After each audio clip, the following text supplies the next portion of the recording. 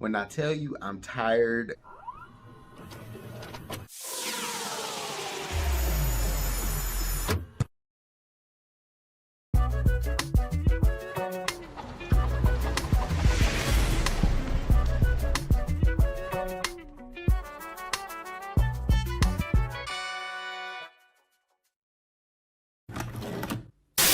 what's up everybody? This is Travis from Candid at the Movies, and today I am reviewing the supernatural horror film known as The Pope's Exorcist.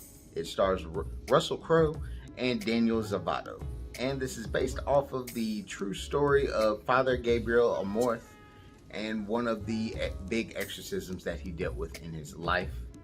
And this is basically dealing with a child that gets possessed, and this devil that is within the child's soul is basically bringing up past traumas that the family and the Pope the Father Gabriel have dealt with in their past, and you're basically seeing how they get done with this.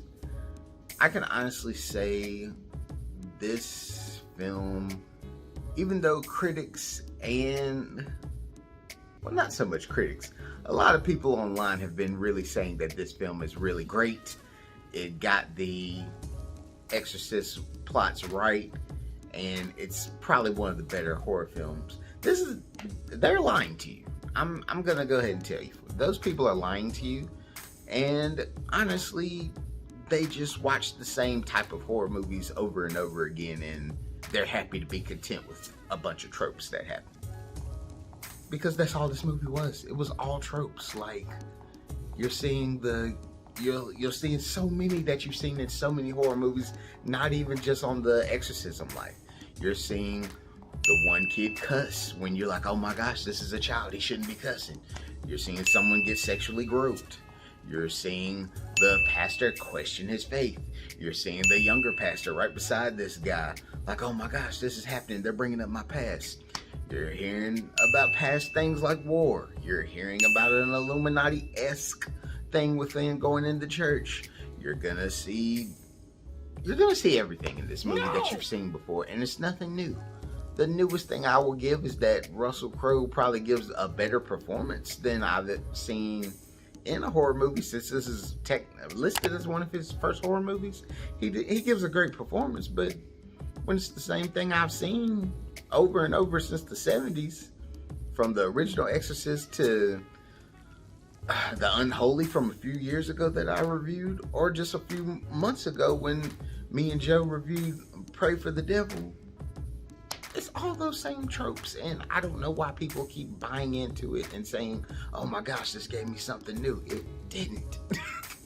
Nothing new happened. You heard about the past life of the this is a horrible title also, because the Pope that was in this movie was there for like 3 scenes at the max.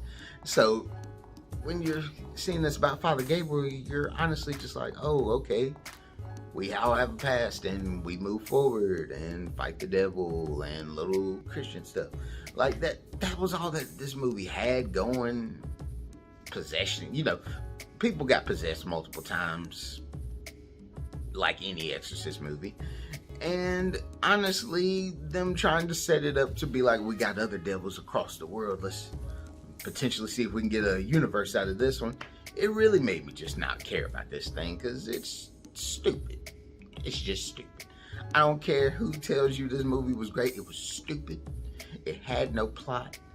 It was the same thing you always see. And I don't know why people that are supposed horror movie fans are buying into the same tropes they've seen a million times. Like, this is, if anything, this is the Marvel cookie cutter of horror movies. I'll go ahead and say that. You're gonna see the same thing you always see, and people expect it to be different. It's not. This is a F. I'm sorry. Russell Crowe, you did an amazing job. I thought you did really good. You were the only high point of this movie. Also, the kid actor, he was not good. It felt like while he was saying his lines, it felt like he was listening to the recording of Ralph Ineson's lines, because he plays the demon voice. It felt like he was just listening to it and trying to make the facial animations of what I think he wanted to sound like it. If you see the trailer or the clips that our great esteemed Stu, the editor, puts in, you'll see what I mean. It was a lot of overacting. But I don't want to talk about this no more. Don't watch this movie. Don't do it. Don't even wait for streaming. Just don't watch it. I'm Travis. This is Candid at the Movies. Leave a comment if you did watch this movie and how you really felt about it. Peace out, y'all.